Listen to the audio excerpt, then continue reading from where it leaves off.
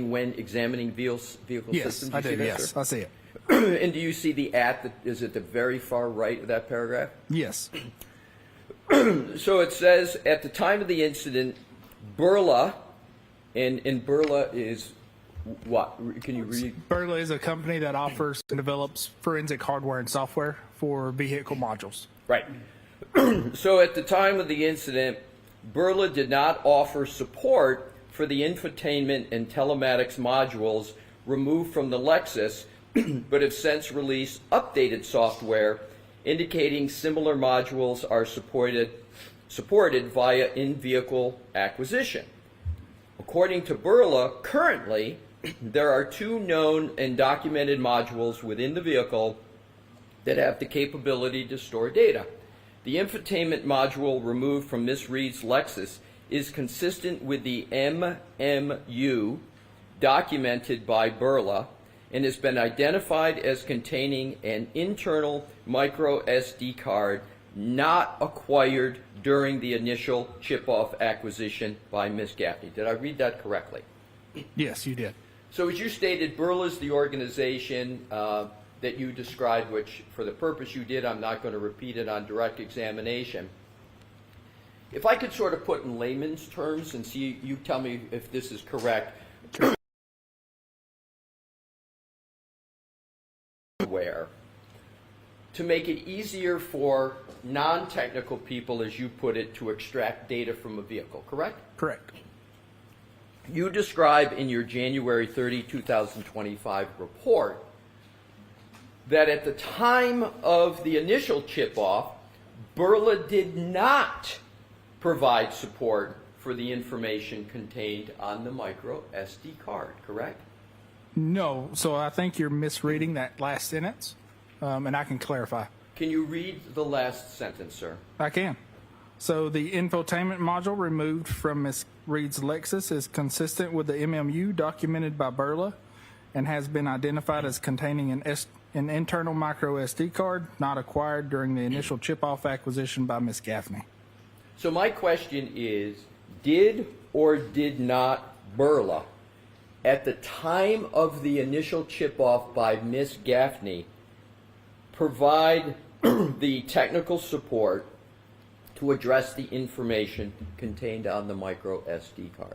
No, Burla did not and does not. Good. That I wanted to. That was my identifier of the micro SD card. Correct. So it was not until after the initial chip-off that Ms. Gaffney participated in that Burla updated their software to be able to identify the types of data, for Burla's software to be able to identify the types of data contained within the micro SD card on the Lexus circuit board. Is that correct? No, that's incorrect. So Burla didn't do anything new after the initial chip-off with its software? Sure. So Burla released new software after the initial chip-off that addresses being able to download software via the infotainment module while it's in the vehicle. So that involves plugging a USB in to the vehicle and downloading data. That does not address the micro SD card on the circuit board itself.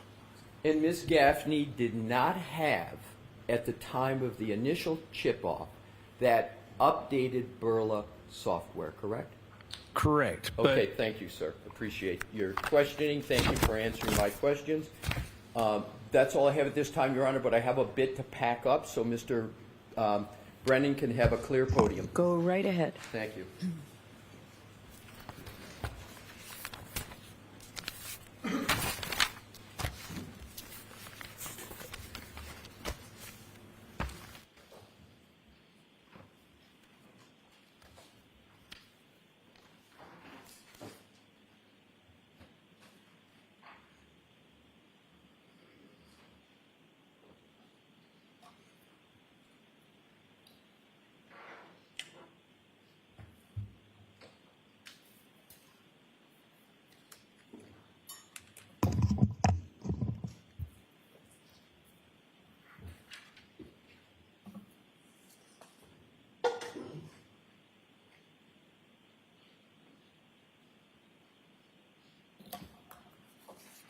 Thank you for that opportunity, Your Honor.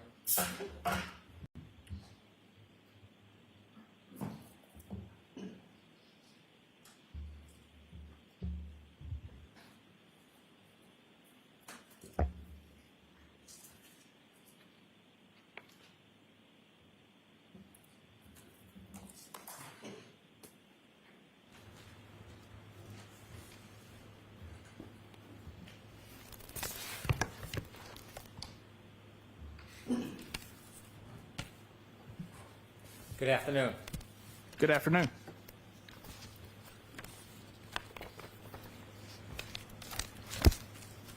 Do you know what a sequestration order is? Yes, I do. And what is it? So it would be an order to not view any testimony of a trial, is my general understanding. Does that mean that you can't watch any of it on television? Correct. Do you understand whether or not you can speak to attorneys about testimony? Is that precluded as well? I'm not aware either way. Has anybody ever spoken to you about any testimony about that occurred in this trial before you testified?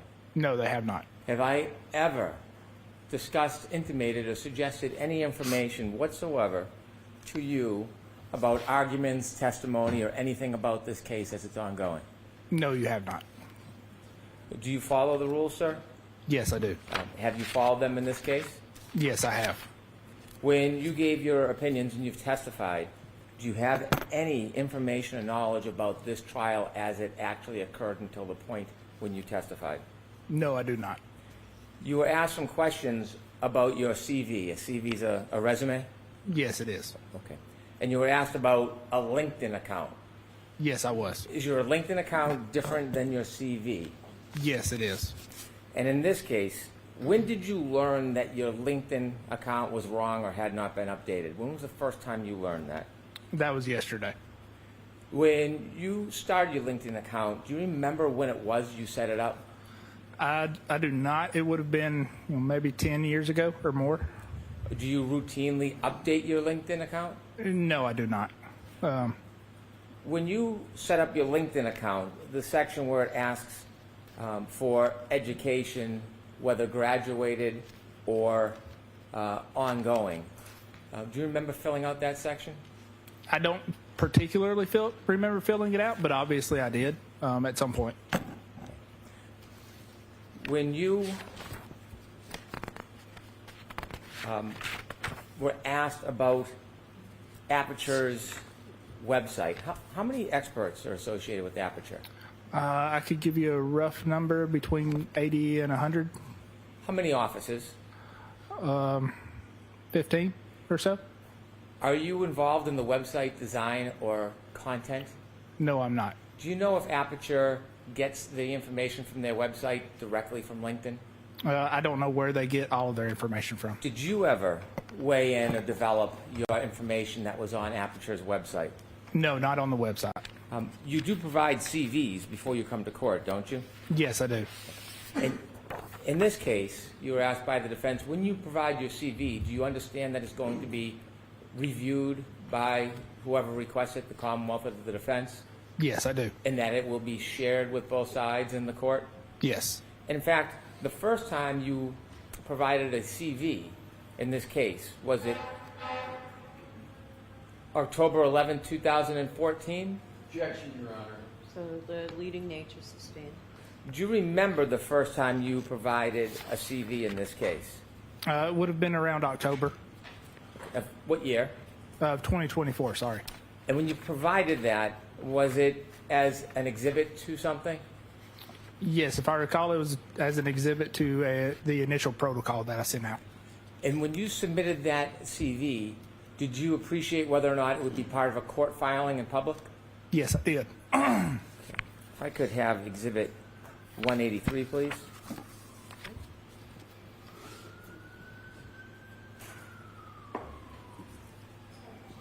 $183.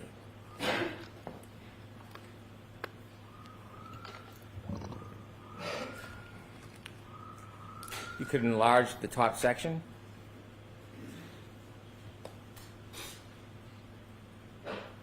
Right there is good.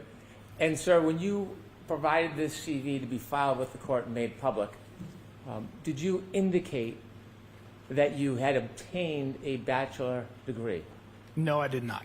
Why did you put currently pursuing? Because I am currently pursuing a bachelor's degree. And did you understand your CV was received by the defense and they knew this? Yes, I do understand that. Subsequently, you were asked to provide an updated CV in April 2025? Yes, I was. Did you do that? I did. And can we have Exhibit 184?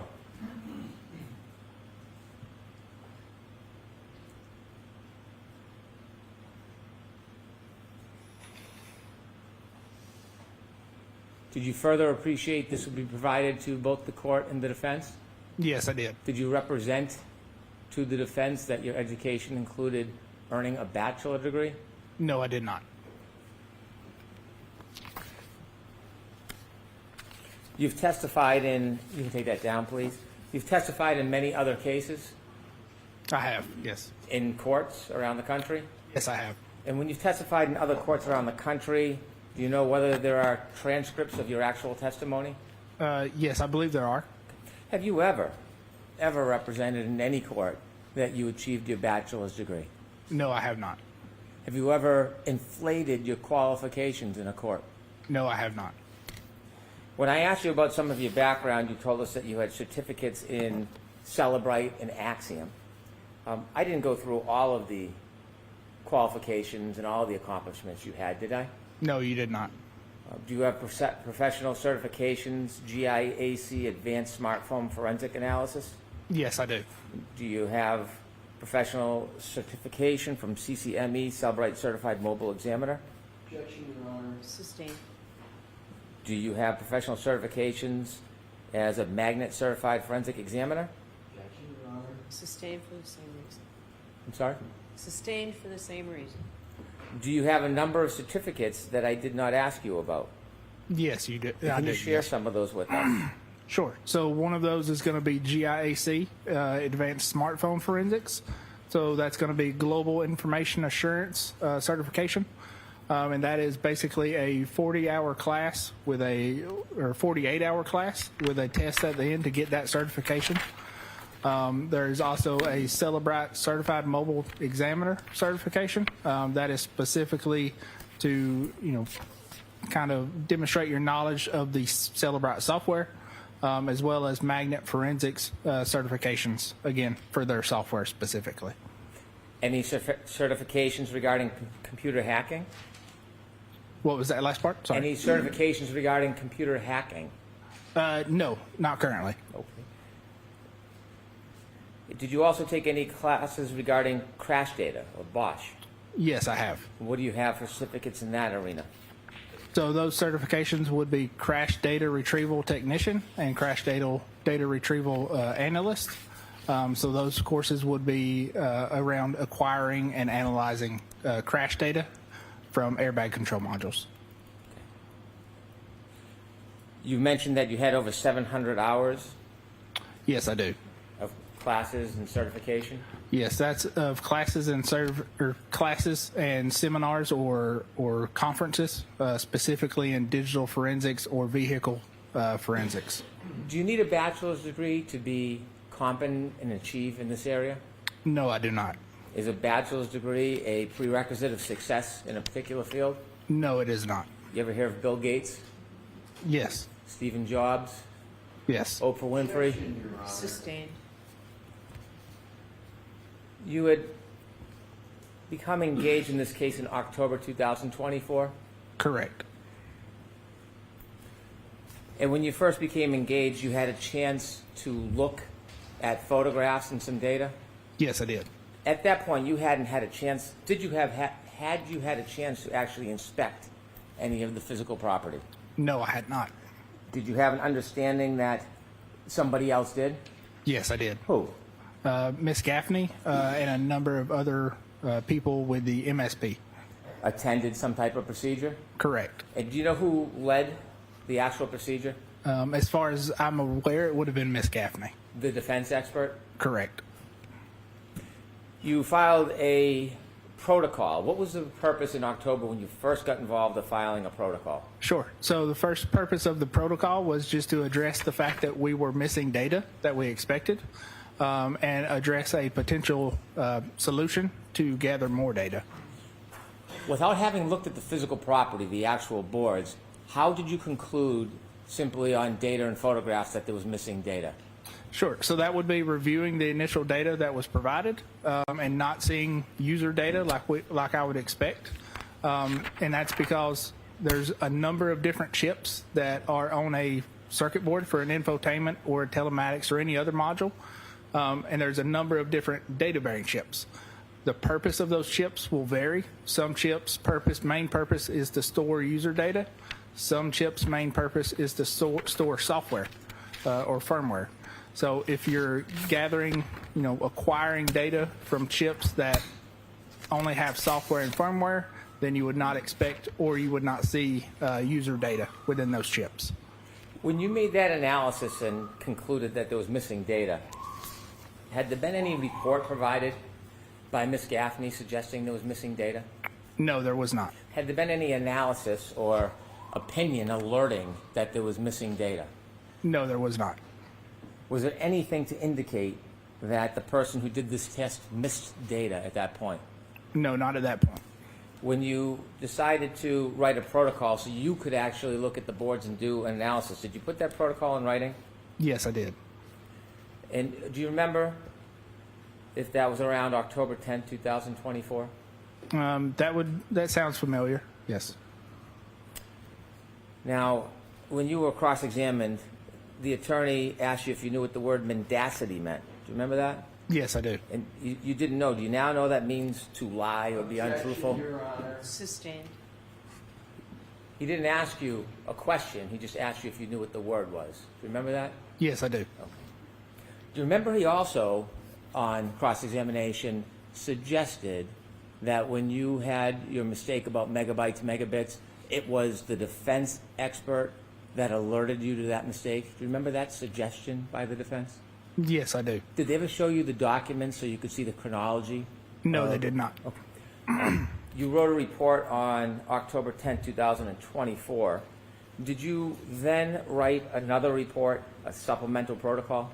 Yes, so I did write that initial protocol and then a supplemental protocol. Was that on October 17, 2024? That sounds about right. When you wrote that a week later, at that point, had you realized your mistake? Objection, Your Honor. Sustained. Why did you? Can we approach, please? Okay.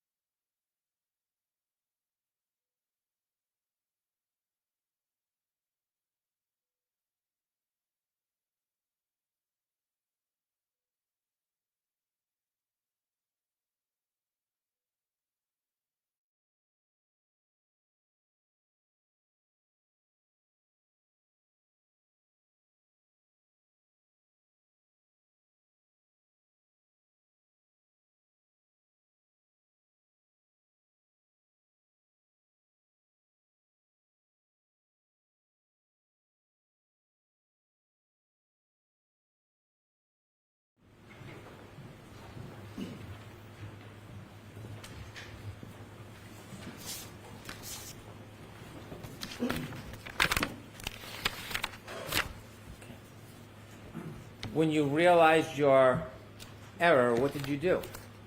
So I intended to correct it with a supplemental protocol. When you corrected it with the supplemental protocol, do you remember what date that was? Not specifically, I do not. Okay. If I showed you your report, would that help your memory? Yes, it would. May I approach? Yes. Please don't read this, just look at it, and if it refreshes your memory, let me know, and then I'll ask you a question. Yes, it does.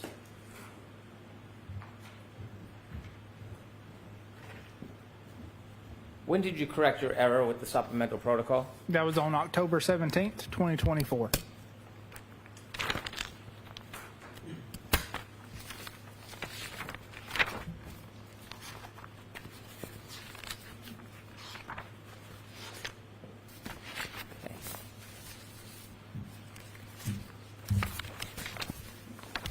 Okay.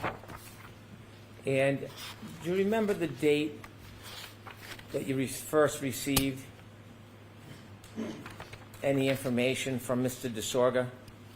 No, I do not Do you specifically. remember the date when Mr. DeSorga's information was first filed? No, I do not. And do you know if it was, whether it was after your October 17th supplementary report? Not specifically, but I believe it was after. Okay. And so when it was suggested that you had to be schooled or advised by Mr. DeSorga, was that accurate? Objection, Your Honor. Word it differently. Word it differently. The claim that was made that you weren't aware until someone advised you of your error, was that true? No, that was untrue.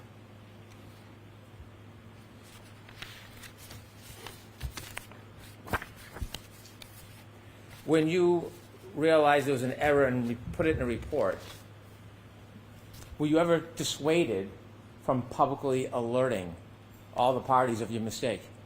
No. Do you leave stuff in or out of a report if you find it helpful or hurtful to one side? No, I do not. Have you, in this effort that you've made in this case, have you always been encouraged to provide all information, regardless of what it is? Objection, Your Honor. I'm going to allow that. Yes, I have. And who's encouraged you to always provide all information, regardless of what it No, says? no one. So my job is to assist the jury. So the jury, assisting the jury means presenting all the information. Have you ever been discouraged by me? No, I have not.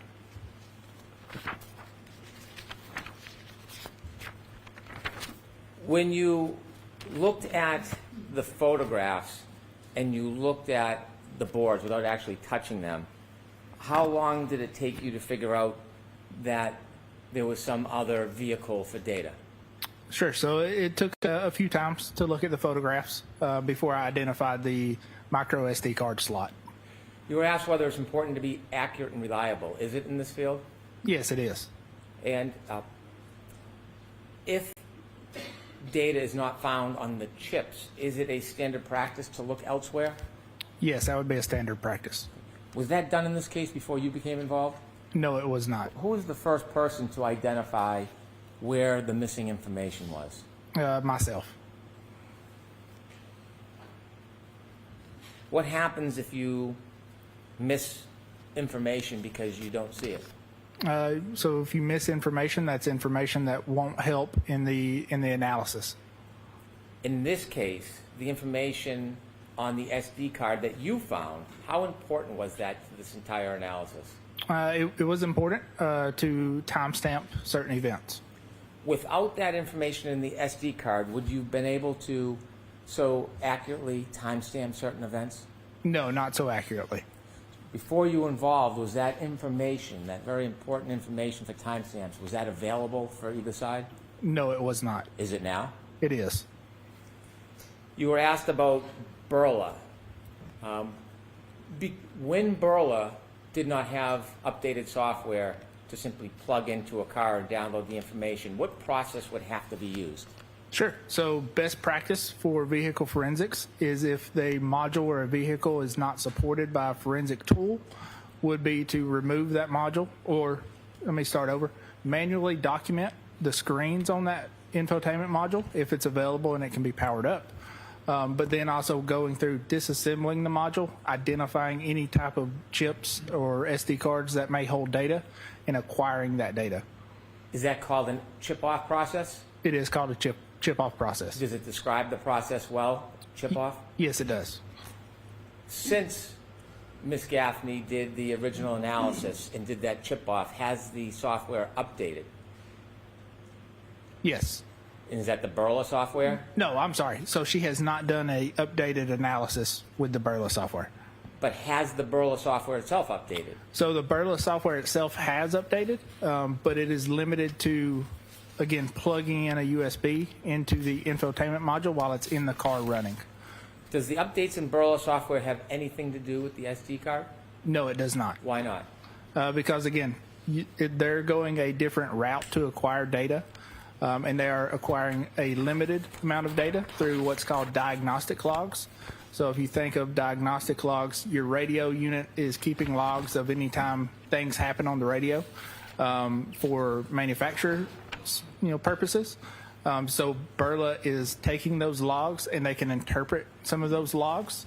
They are not acquiring all the data that is on the SD card itself. You have drafted a number of reports in this case. I have, yes. Regarding the chip-off process, did Ms. Gaffney ever write a report? No, not that I'm aware of. When you wrote reports in this case, do you expect for them to be shared? Yes, I do. When other experts, like, for example, Mr. DeSorga writes a report, do you expect to have a copy and review it? Yes.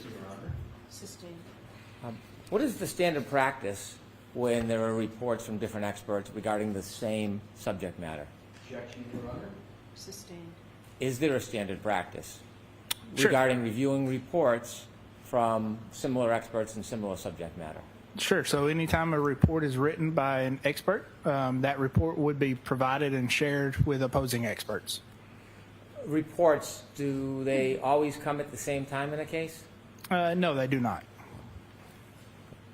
When you wrote your reports, how would you provide them so they could be disseminated?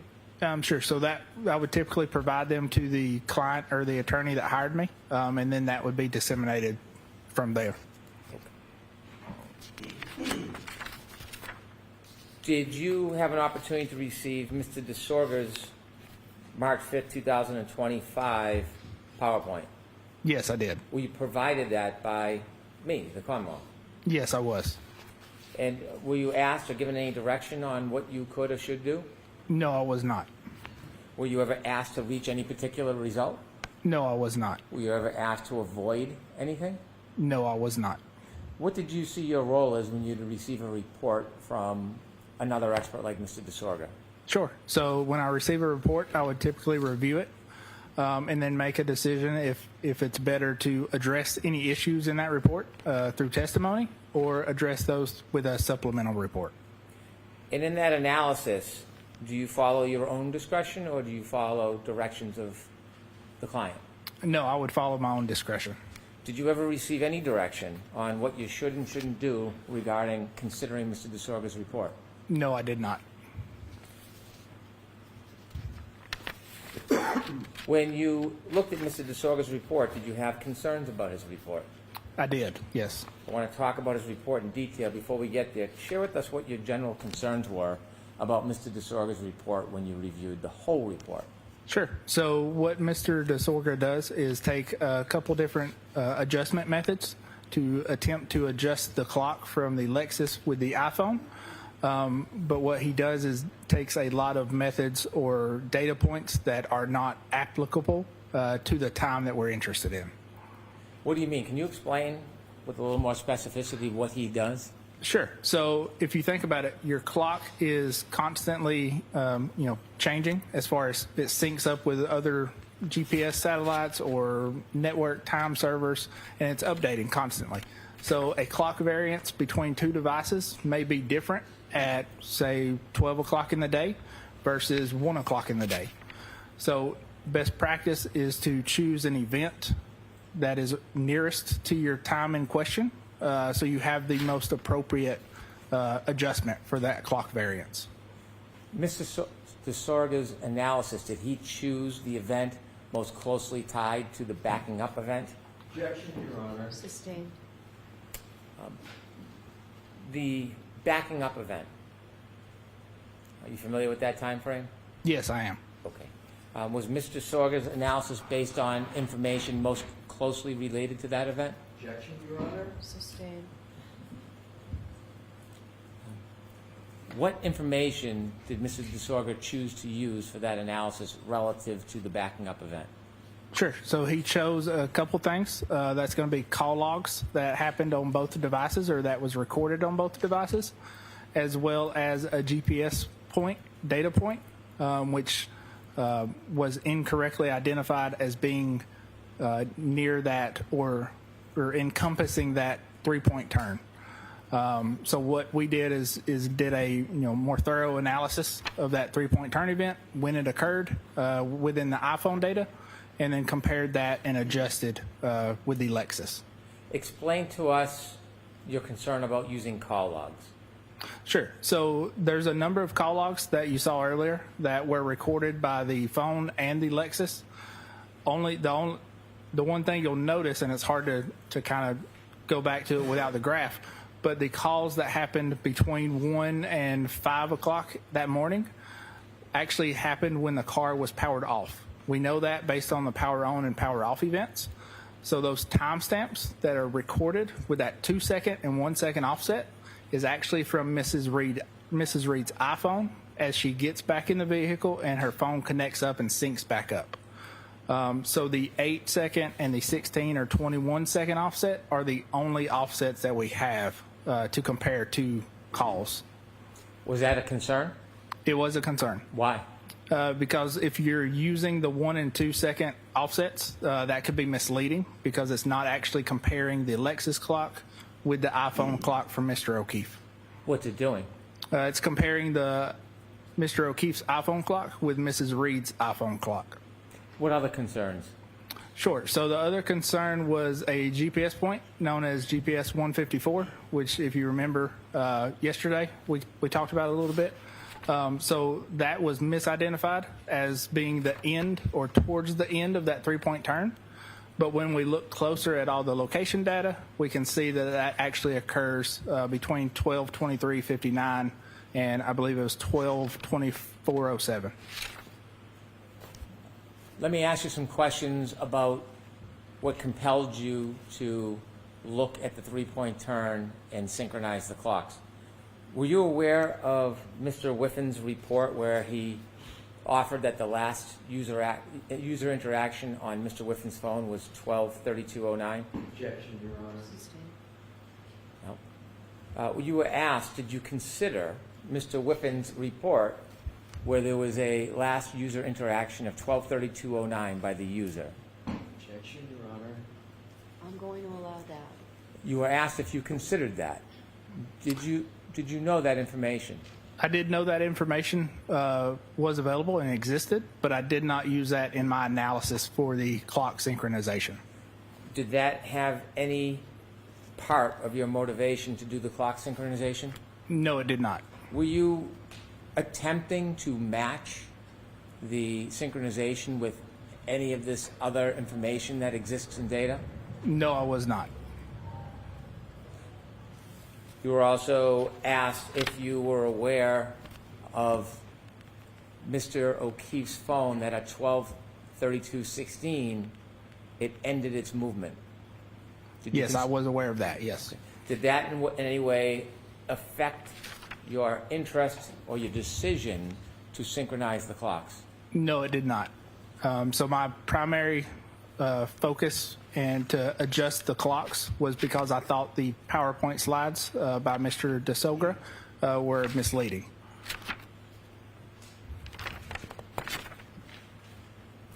When you were shown Exhibit 190, can we have 190, please?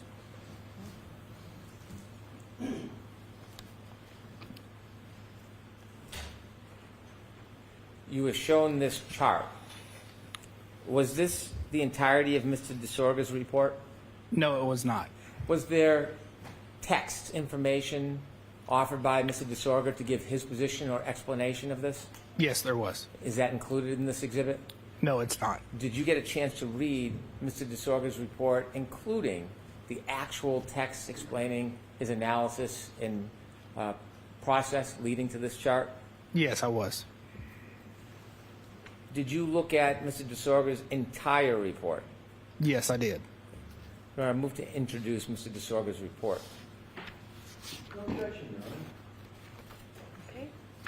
So this was triple D for identification. That would be the next exhibit.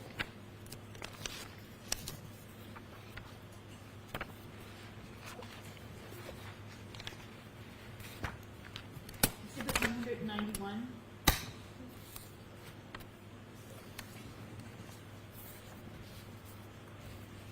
You said as a result of Mr. DeSorga's report, you were concerned, so that compelled you to do your analysis that resulted in your May 8th report?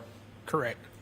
I want you to take us through Mr. DeSorga's report and explain to the jury what concerned you about his analysis. Sure. With the court's permission, I'd like to put this page 1 of this report.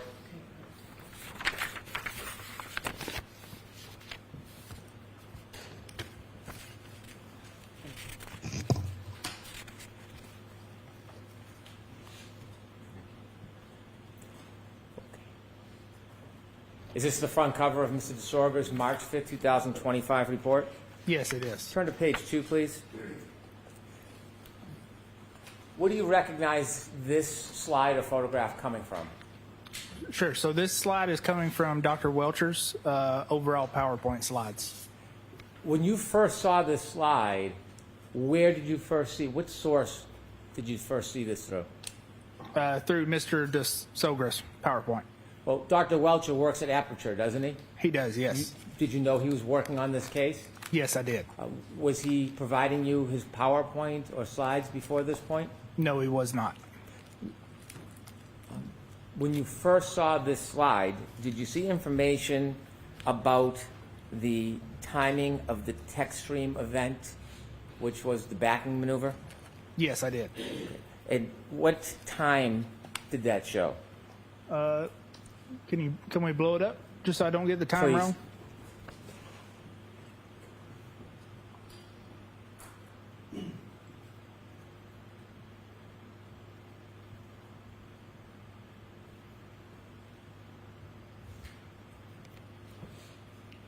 Up, please. I'm sorry. Up.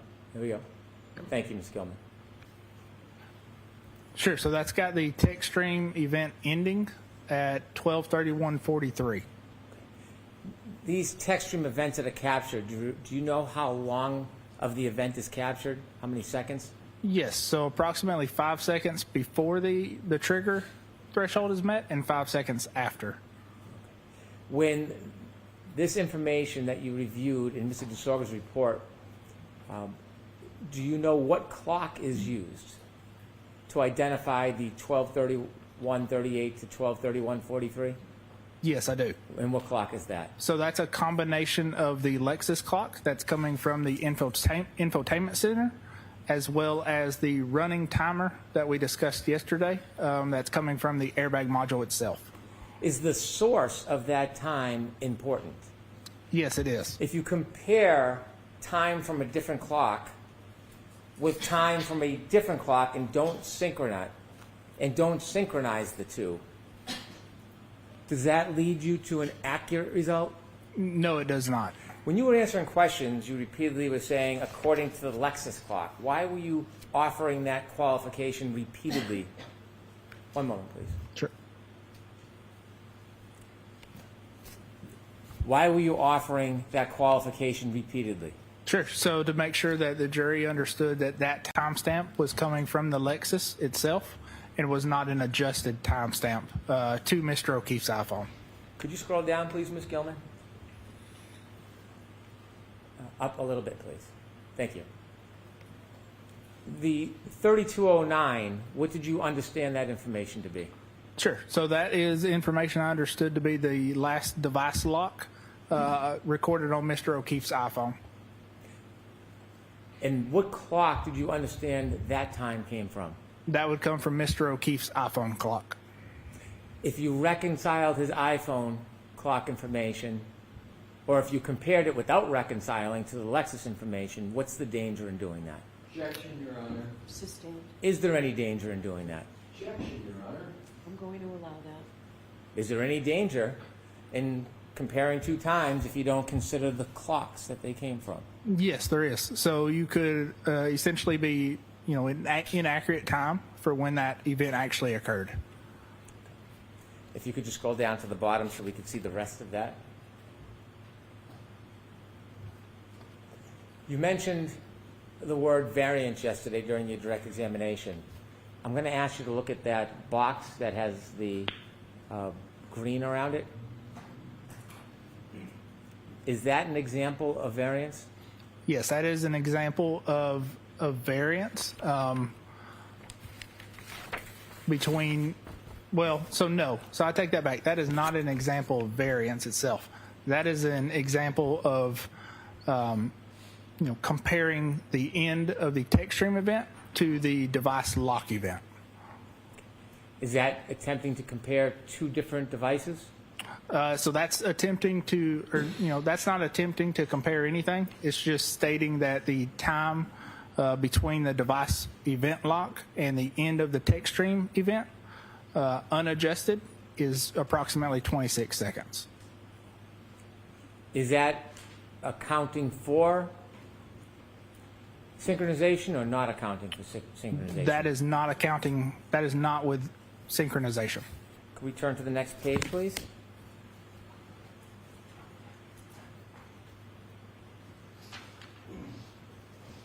Did you review the next page of Mr. DeSorga's report? Yes, I did. And did it lead you to any concerns? This page specifically, yes and no. So this page, again, is just showing the time difference between the end of the text stream event and Mr. O'Keefe's last device lock event. Is this another way of showing the information that was in that green box? It is. It's another way of showing the information in that green box, but it is not a clock variance or an adjustment. Could you turn the page, please? When you read this page, is this a opinion or conclusion? No, it does not. What is it? So this is just pointing out that when the 26-second window, which they'll refer as John's interaction window, when that number is positive, then the phone interaction occurs after the end of the text stream event. When that number is negative, the phone interaction occurs before the end of the text stream event ends. Did you have any issue with that slide? No, not that slide in particular. Okay, if we turn the next page. Did you have an opportunity to review the next page? Yes, I did. And were you in agreement with this page? I was in agreement with this page, yes. And what does this tell us? So this page points out that two clocks are not always in sync. So again, to synchronize those clocks, you would have to have a shared event that occurred on both devices. If we could have the next page, please. Any chance to make that a tiny bit bigger, Ms. Gilman?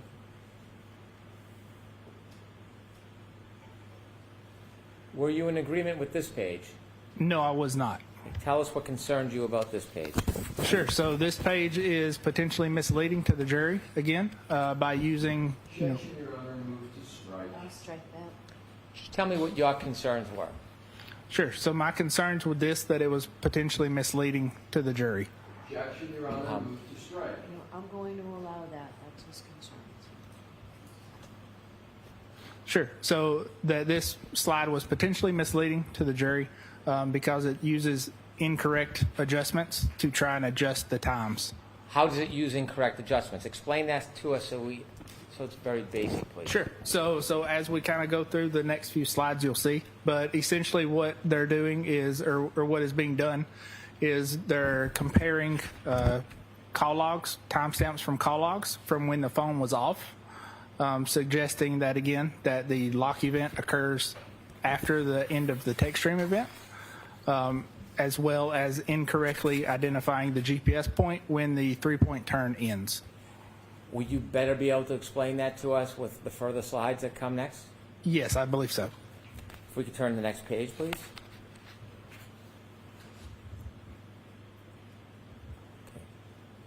Is this just a label of what's to come? It is. And could we turn to the next page, please? If we could start, Ms. Gilman, with the top left-hand box, if you could enlarge that for us. Did you review this information in this box? Yes, I did. Okay. And before we get to your opinions, what does this information tell you? Sure. So this is a snapshot from my initial report where I point out that the ignition on happens approximately 3 seconds before the infotainment power on event. So you can see that. I think we're up a little too high on the page. Like, Yeah. So highlighted in the red. That's based on our testing where we identified that the ignition on, or your finger on the ignition pressing it, and the engine coming on and the vehicle coming on happens 3 seconds before the infotainment system powers on. you were asked on cross-examination about that 3 seconds between the pressing the button and the infotainment system going on, but you weren't allowed to answer the question whether you considered it or why that was important. So I'm going to give you that opportunity now. Objection, Your Honor. Sustained. Ask the question, please. Okay. Is there significance to that 3 seconds, and did you consider it in your report, in your findings? Yes, I did. Share with us. Sure. So when we make our adjustments based on the event, so in this case the 3-point turn, what we're looking at is the approximate time frame when that 3-point turn occurred via Mr. O'Keefe's iPhone. And then we're adjusting that for the approximate time that the tech stream event and that 3-point turn ends. So as we sync those clocks, we're adjusting not only for the difference in the clocks, but we're also adjusting for this 3-second delay. Did you accommodate that 3-second delay in your analysis and your conclusions? Yes, that was included in my analysis. Now back to the screen. The information there, is that text taken from your actual report? Yes, it is. Could we shrink the screen, please? And then the photograph in the bottom left, if we could enlarge that, is that as well from your report? Yes, that is also from my report. Did we look at that yesterday on your direct examination? Yes, I believe so. And briefly tell us what that depicts? Sure. So that's during our exemplar testing, where again we've got it rigged with cameras that are recording video and timestamps of interactions we're having with the vehicle, which include powering it on and powering it off. If you could shrink the screen, and we'll go to the right, Ms. Gilman.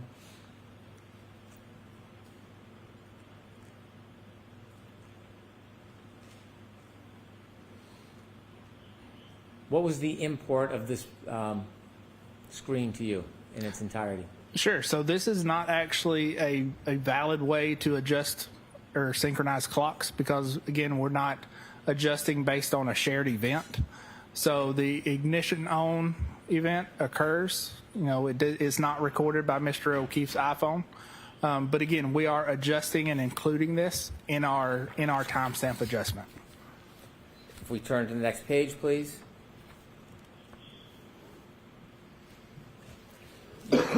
You were asked about the process of synchronization through phone calls or through the 3-point turn data. Yes, that's correct.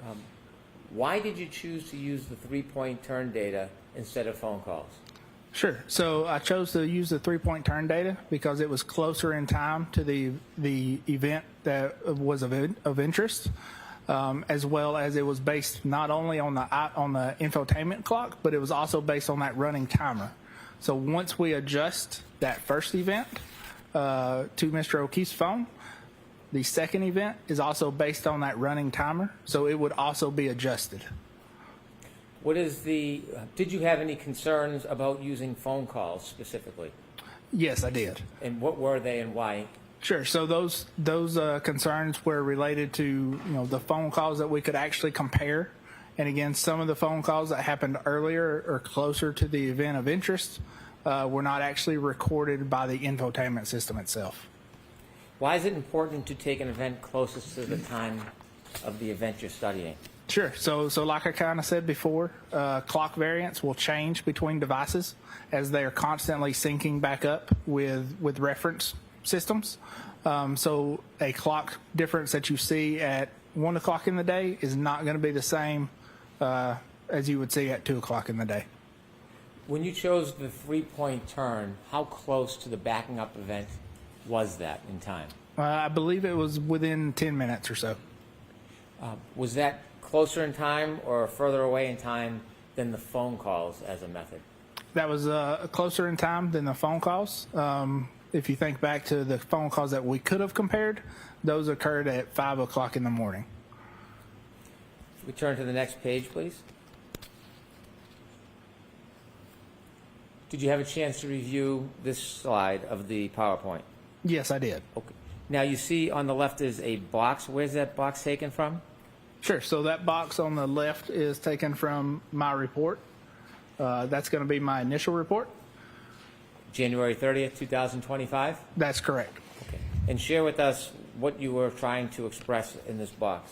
Sure. So again, this box is a I'm sorry to interrupt you. I Sure. apologize. Ms. Gilman, is there any chance we could enlarge the box on the left? My apologies. Okay, please proceed. Sure. So this is a comparison of the calls. So the infotainment call timestamps are on the furthest left column. So again, your infotainment system, when you plug your phone in, is recording and synchronizing your calls. It's not great about recording and synchronizing every call. So there's a lot of calls here that we don't have that we know exist based on Mr. O'Keefe's iPhone. So the calls that we do have that were recorded in the infotainment system, we can compare to the timestamps that those are recorded on Mr. O'Keefe's iPhone. So when we do that, there's a couple things we notice is during that 1 o'clock and 4 o'clock and 4:45 time frame, when we look back at the power on and off events, we know the vehicle was not powered on at that time. So the vehicle's off. So those timestamps are not coming from the vehicle. They're coming from Mrs. Reed's iPhone or the defendant's iPhone. And then the times after 5:21, we know the vehicle has been powered up at that point. So those timestamps are coming from the infotainment system itself. So that's why we can actually do a comparison of those timestamps and determine the exact or the approximate clock variance. When you look at the call timestamps of 1:14:13, 4:38:16, at 4:42:06 and 4:45:12, was the power on or off with the car during those four first calls? Yeah, so with those first 5 calls, the car was powered off. And again, we know that based on the power on and off event. We also know that just by looking at the offset, it's a consistent 1 or 2 seconds. And that's what we typically expect and see between two iPhones. That's because iPhones are generally pinging back to Apple servers or GPS towers that are the same. So those times are pretty consistent and pretty accurate. Was the power on by 5:04:28? No, not at 5:04:28. It was still powered off. So those first five events, were they reliable for you to use in synchronization? No, they were not. You gave us a number of reasons. One, the time distance between the event and because they were phone to phone. Any other reasons why they weren't? I'll strike the first part, ask the question. Besides the reasons you already gave us, are there any other reasons why this would not be a reliable way to synchronize two separate devices? Not besides the points I've made already. Okay. And if we could zoom back on this. The box on the right, is that from your report? Is that Mr. DeSorga? That's Mr. DeSogra. Was there anything about that analysis that concerned you? Sure. So that analysis is misleading because, again, it's not comparing Mr. O'Keefe's iPhone to the infotainment system. It's actually comparing the defendant's iPhone to Mr. O'Keefe's iPhone. Is there any acknowledgement anywhere in Mr. DeSorga's report that he appreciated that this was iPhone to iPhone rather than iPhone to infotainment? No, there's not.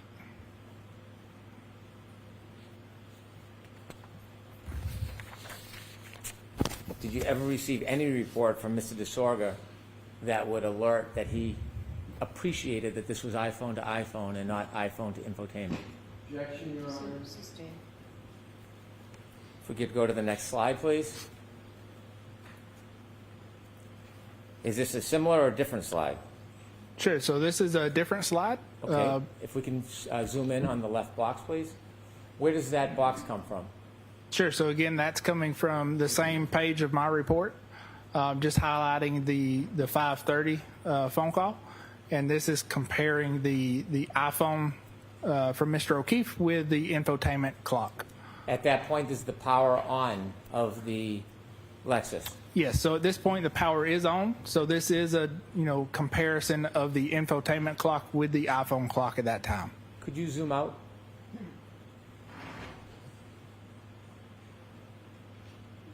That final box that shows the comparison between the defendant's Lexus and Mr. O'Keefe's iPhone, do you have any concerns about the accuracy of that information for that time? No, so I think those times are accurate, but again, that's at 5 o'clock in the morning when we're trying to adjust the clock variance, and it's too far away from the time in question. So if we zoom back in to the box, we can actually see in the data what I'm talking about as far as clock variance will change, with time. So the phone call at 5:21. We see an offset of around 8 seconds between the two devices, between the infotainment system and the iPhone. And then at 5:30, which is only 9 minutes later, we can see that offset has actually increased between 16 and 21. In capturing this data, were there phone calls between the infotainment system and Mr. O'Keefe's phone? Yes, those last two phone calls were between the infotainment system, or were recorded by the infotainment system with Mr. O'Keefe's iPhone. How does that happen? Sure. So that's, when the device is connected up to the vehicle and you make a phone call, the call is recorded within the infotainment system and it's recorded with the infotainment system's timestamp. Could you focus on the right-hand box, please? Did you review the right-hand box? Yes, I did. Was that from your report, or is that Mr. DeSorga's opinion? That's Mr. DeSogris. Did you have any agreement with that?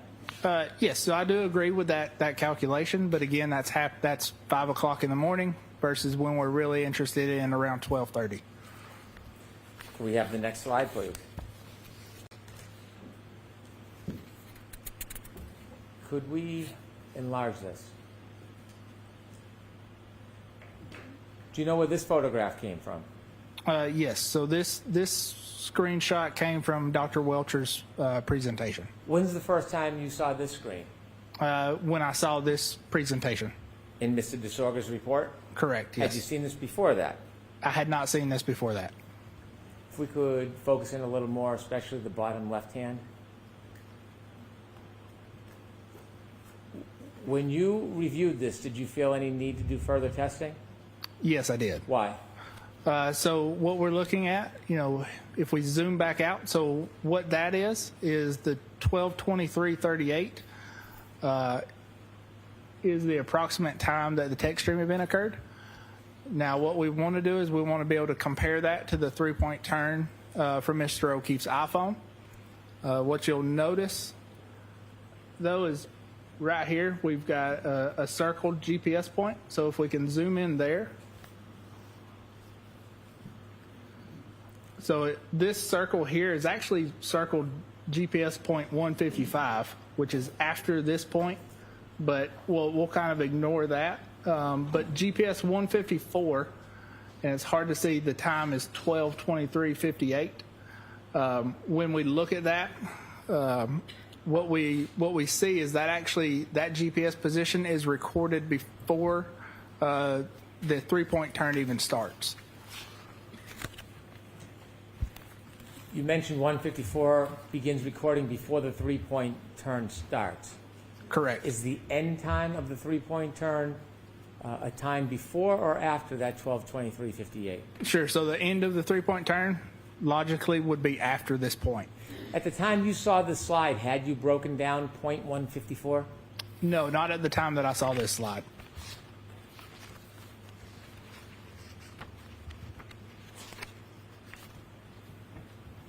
Could you zoom back out a little bit, please? The information in the right box, is that from you or from Mr. DeSorga? That is not from me. And when you read that, did that compel you to want to do anything? Yes, it did. So again, my initial thought was to address this during testimony. With further review and further thought, I decided it was best to offer a supplemental report. What this is, basically the math I agree with. The point I don't agree with is that GPS 154 is the time towards the end of the three-point turn, and now reviewing further data, we know that's not true.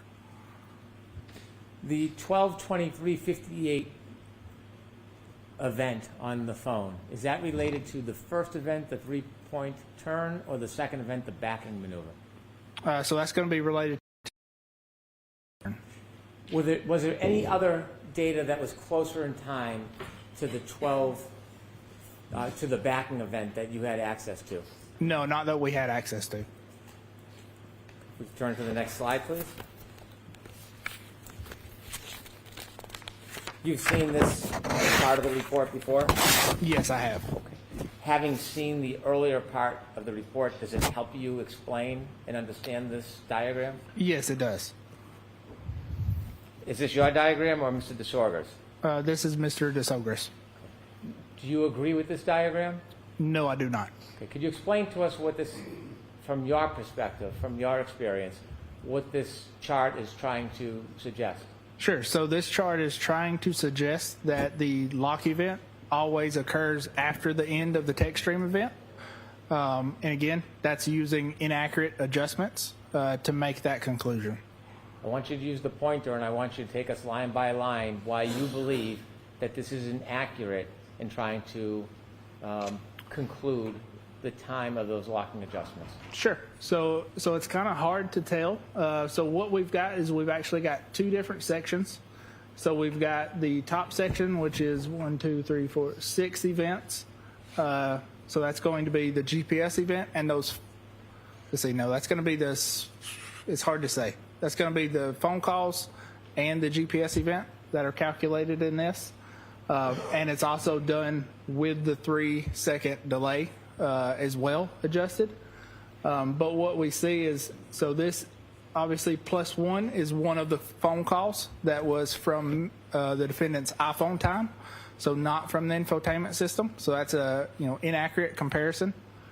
Same thing for the +2.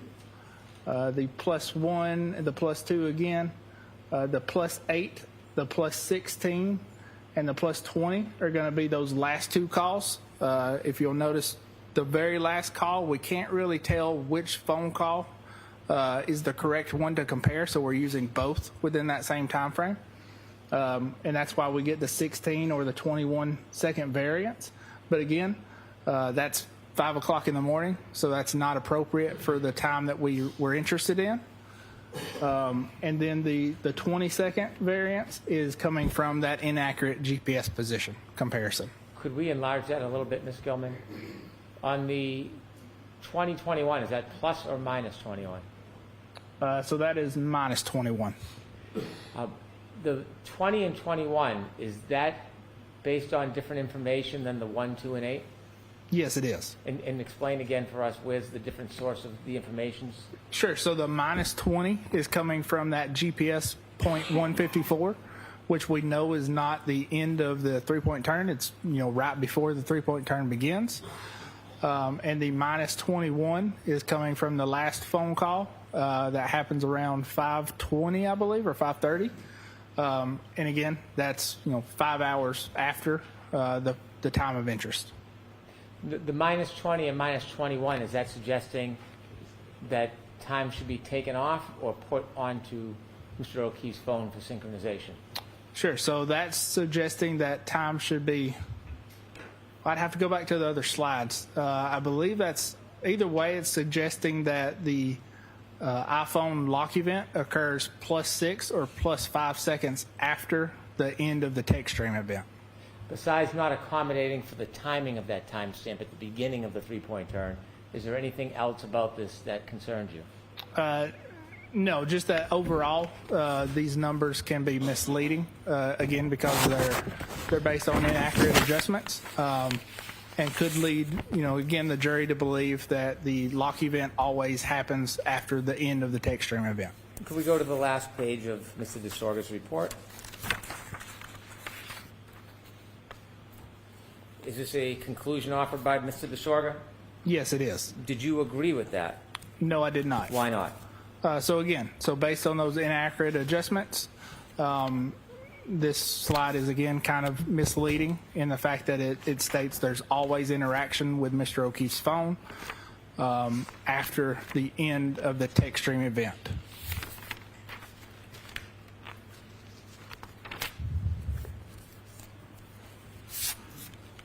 You can take that down and turn that off, please, for a moment.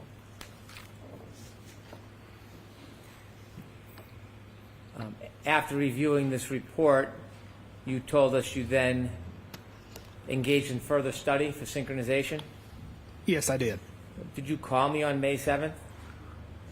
Yes. Okay. And what were you told to do about a report? On May 7th? Yes. Sure. So I would finish the report and submit it. Did you? I did. And when did you submit it? May 8th. And do you know that it was provided to the defense by email on May 8th? Do you know if it was provided to the defense? Yes, I know it was provided. I don't know when.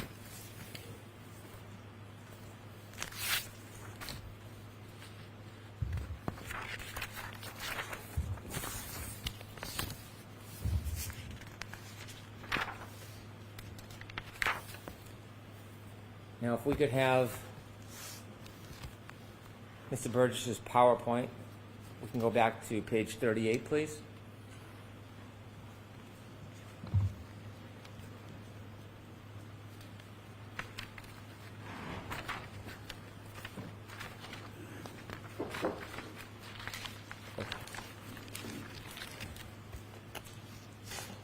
After you explain to us. Objection, Your Honor. Can we close, please, on scope?